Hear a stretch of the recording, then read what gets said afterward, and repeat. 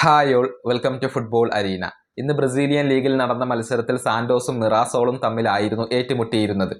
ഈ മത്സരത്തിൽ Neymar junior കളിച്ചിരുന്നില്ല. അത് നേരത്തെ ഉറപ്പായി കഴിഞ്ഞ ഒരു കാര്യമാണ്. രണ്ട് ടീമുകളും 2 ഗോളുകൾ വീതം നേടിക്കൊണ്ട് സമനിലയിൽ പിരിയുകയാണ് ചെയ്തിട്ടുള്ളത്. ആദ്യം സാന്റോസ് 2 ഗോളുകൾ വഴങ്ങി. പക്ഷേ മത്സരത്തിന്റെ അവസാനത്തിൽ ഗബ്രിയേൽ ബാർബോസ 2 ഗോളുകൾ തിരിച്ചടിച്ചുകൊണ്ട് സാന്റോസിനെ രക്ഷിക്കുകയായിരുന്നു. ഈ മത്സരം വീക്ഷിക്കാൻ വേണ്ടി കാർലോ ആഞ്ചലോട്ടി എത്തിയിരുന്നു. അത് നേരത്തെ നിശ്ചയിച്ച ഒന്നായിരുന്നു. നെയ്മറുടെ പ്രകടനം വീക്ഷിക്കാൻ വേണ്ടിയായിരുന്നു കാർലോ ആഞ്ചലോട്ടി തീരുമാനിച്ചിരുന്നത്.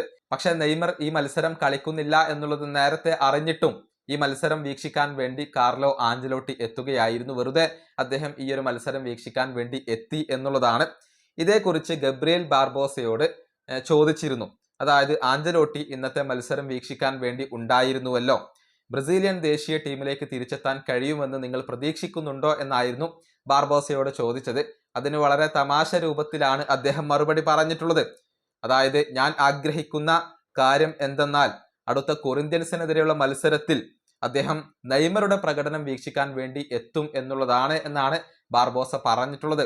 അതായത്, അടുത്ത മത്സരത്തിൽ നെയ്മറെ കാണാൻ വേണ്ടി കാർലോ ആഞ്ചലോട്ടി വരണം എന്നാണ് ഇപ്പോൾ തൻ്റെ ഒരു നിലപാടായിക്കൊണ്ട് ഇപ്പോൾ ഗാബിഗോൾ വ്യക്തമാക്കിയിട്ടുള്ളത്.